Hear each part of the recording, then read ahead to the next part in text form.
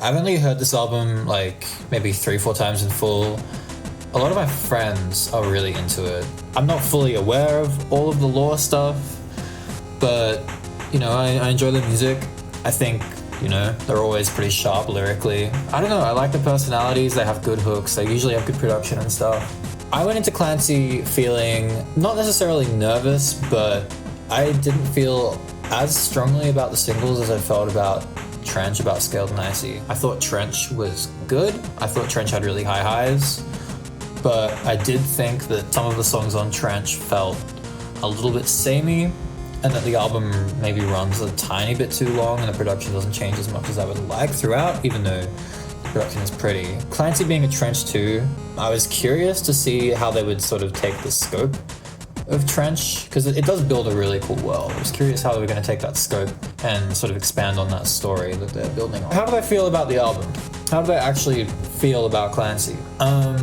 It's decent. I don't feel super strongly about it relative to like Scaled and Icy, which I actually thought was really strong. I thought they kind of rode the line of like being accessible pop guys with like trying to make sort of sinister propaganda music. I thought they sort of were really clever in the way that they did that. There were sort of points where you could sort of tune in, you're like, this doesn't totally feel right. I really like how that album's dissonant. Scaled and Icy was a sign that 21 Pilots, they're getting older, you know, they're settling into family life. I think there's an element of Trench that feels perhaps to Tyler that it's in the past. They're still being awesome to the fans. I've seen a couple people feel that Clancy didn't properly go as far into the lore as people would like, just in terms of its presentation, but my interpretation is that it seems like it's just a lot subtler. Like they're putting more Easter eggs in, they're sort of doing things a bit less literally than they did in Trench, which they had to be more literal in Trench because they were introducing the world. They needed to set the groundwork for them to be able to put little smaller pieces on top of it. I think that's fine. Lyrically, it feels a lot older.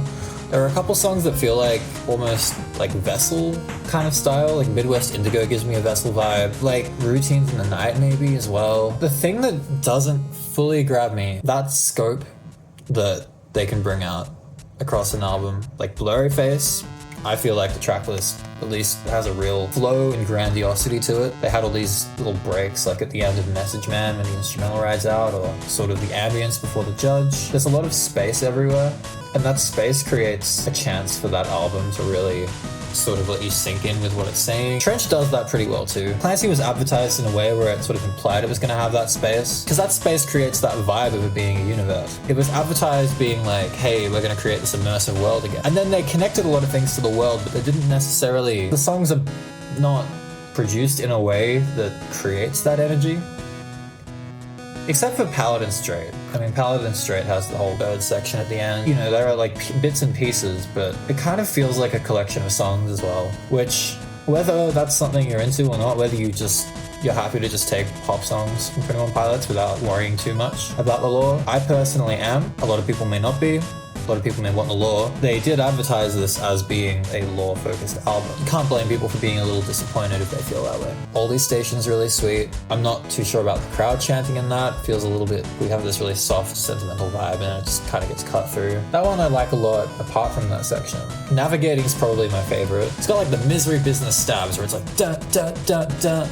I think that's really cool. Next Semester, it builds energy in a really satisfying way as it goes on throughout the song. Backslide has like a very, I don't know, a lot of weird noises in the production, a lot of like weird chords. Like you think it's gonna go one way and it goes another way. It's sort of warped vocals in the back, really cool. I guess maybe what I would have wanted from this album was a little bit more zazz in the production. Over the 3-4 listens, like the production on the songs has grown on me, but I still think I would have wanted maybe a little bit more. I mean, at the end of the day, they're solid pop songs with good hooks, and everything feels genuine. They're getting older, they're getting a little more mature in what they want to talk about, and reflective in what they want to talk about, and that's changing the vibe of their music. But I don't know, the most important thing to me is that it feels true and real to them, and for me it does. And that's one thing I think we can always rely on them for, is that they do what feels right. I don't think it reaches the highs that they've hit before, but I think there are a lot of nice, nifty, fun songs on here with cool, interesting production, good hooks, curious lyrical ideas. I reckon there's enough for like fans, if the fans want to dive in, and the fans do want to dive in.